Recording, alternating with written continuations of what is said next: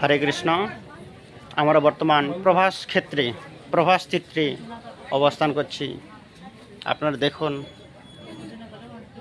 বর্তমান অনেক ভাগ্যের ফলে যে ভূমিতে যে ক্ষেত্রে অবস্থান করছি আপনারা দর্শন করুন।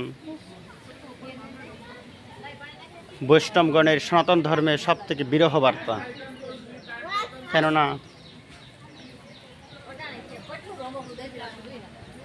বালতীর্থ নামে একটা গ্রাম আছে, যেখানে বেদ ভগবান শ্রীকৃষ্ণকে পায়ে বান মেরেছিলেন, তীরবিদ্ধ করেছিলেন।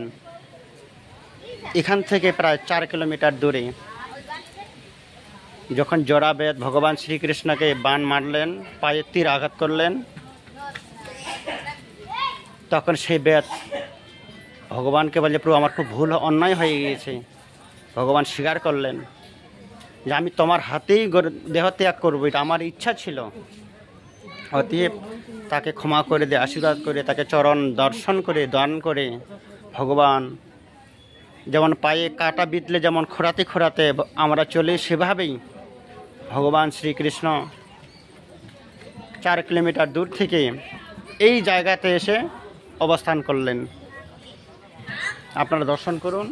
ভগবান শ্রীকৃষ্ণের এই যে ভূমিটা আছে, জায়গাটা, এই জায়গাটাতেই পায়ে তীরবিদ্ধ অবস্থায় এখানে অবস্থান করলেন, বিশ্রাম করলেন।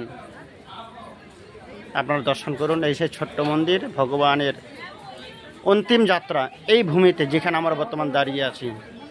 সেই সময় বলরাম, অর্জুন আর উদ্ধব মহারাজ তার সঙ্গে ছিলেন যে, প্রভু তোমার পায়ে কাটা ফুটে গেছে, তীরবিদ্ধ হয়েছে। তারা অনেক চেষ্টা করলেন কিছু ওষুধ দেবার জন্য, যত্ন করার জন্য, কিন্তু ভগবান শ্রীকৃষ্ণ কিছু গ্রহণ করলেন না। তাদেরকে শেষ কিছু আশীর্বাদ করলেন এবং কি পায়ে তীরবিদ্ধ অবস্থায় ভগবান শ্রীকৃষ্ণ অর্জুনকে বললেন, অর্জুন আমি অন্তর্ধান করার পরে আমার মহিষীগণকে তুমি হস্তিনাপুরে নিয়ে চলে যাবে।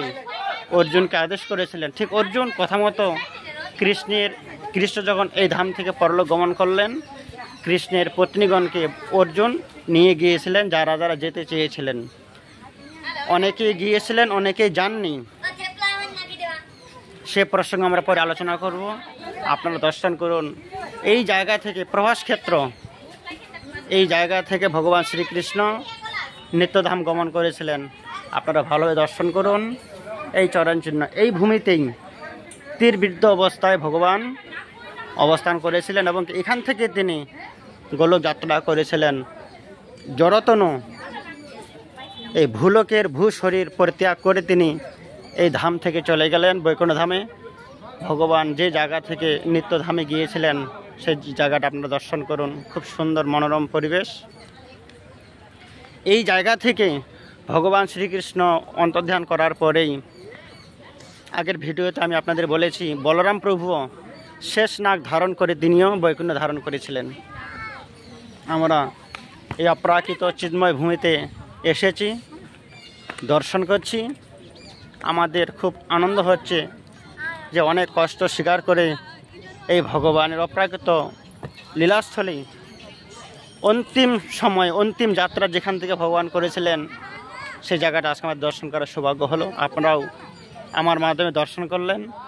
যদি ভালো লাগে শ্রীকৃষ্ণ বলে কমেন্ট করবেন। যেহেতু ভগবান শ্রীকৃষ্ণের অন্তিম যাত্রা আমরা দর্শন করলাম, জয় শ্রীকৃষ্ণ বলে লিখে ভগবানের কাছে আশীর্বাদ চাইবেন, যেন আপনারাও যেন কোনো না কোনো সময় এই ভগবানের অপ্রাকৃত লীলাস্থলী দর্শন করতে আসতে পারেন।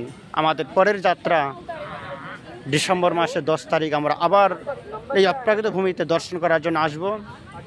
আপনাদের যদি ইচ্ছা হয় দর্শন করার, আপনারা আসবেন, যোগাযোগ করবেন, আমি আপনাদেরকে নিয়ে এসে অপ্রাকৃত ভূমি দর্শন করাবো। হরে কৃষ্ণ। সবাই ভগবান শ্রীকৃষ্ণকে স্মরণ করুন, দর্শন করুন। এই জায়গা থেকে ভগবান নিত্যধাম গিয়েছিলেন। হে কৃষ্ণ করুণা সিন্ধু দীনবন্ধু জগৎপথে গোপীশ গোপিকাকান্ত রাধাকান্ত নমস্তুতে। এখানে ভগবান শ্রীকৃষ্ণ অন্তিম সময় শেষ চরণ পাদুকা রেখেছেন, এখানে চরণ চিহ্ন রেখে গিয়েছিলেন আমাদের দর্শনের জন্য। আপনারা দর্শন করলেন। এর মধ্যে আমাদের এই প্রভাস ক্ষেত্রে আমাদের সঙ্গে হয়েছে 3 জন। আপনার নাম কি? বিষ্ণুপ্রিয়া মাতাজি। বিষ্ণুপ্রিয়া মাতাজি, এতে গৌরাঙ্গ প্রভু, সদানন্দ প্রভু আমাদের সঙ্গে আছেন, সহযোগিতা করছেন। হরে কৃষ্ণ। আপনারা 10ই ডিসেম্বর যাত্রা করব, আপনারা যোগাযোগ করবেন। হরে কৃষ্ণ।